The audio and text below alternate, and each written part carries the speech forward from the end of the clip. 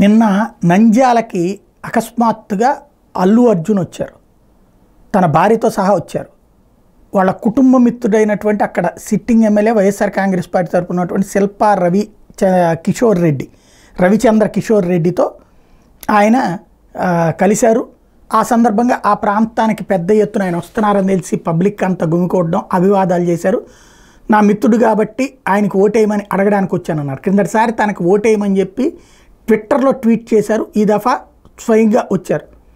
Party కోసం కాదు ఆయన వచ్చింది, ఆ వ్యక్తి కోసం వచ్చారు. అటు పక్కన రామ్ చరణ్ పిఠాపురంలో బాబాయిని గెలిపించమని అడగడానికి భార్యతో సహా వచ్చిన సందర్భంలో ఇటు ఈయన వచ్చారు. సరే, దాని మీద ఏం జరిగిందో నిన్నే మాట్లాడుకున్నాం. ఇప్పుడు ఆయన మీద కేసు నమోదైంది. ఎందుకంటే అంతమంది గుమికూడటానికి కారణమయ్యారు, ఎన్నికల సందర్భం కాబట్టి గుమికూడటానికి కారణమయ్యారు. ఎన్నికలకు సంబంధించి ఒక అభ్యర్థికి సపోర్ట్ చేయడానికి వచ్చినప్పుడు అంతమందికి గుమికూడాలంటే పర్మిషన్ తీసుకోవాలి, పర్మిషన్ తీసుకోకుండా ఇట్లా చేశారంటూ కేసు నమోదు చేశారు.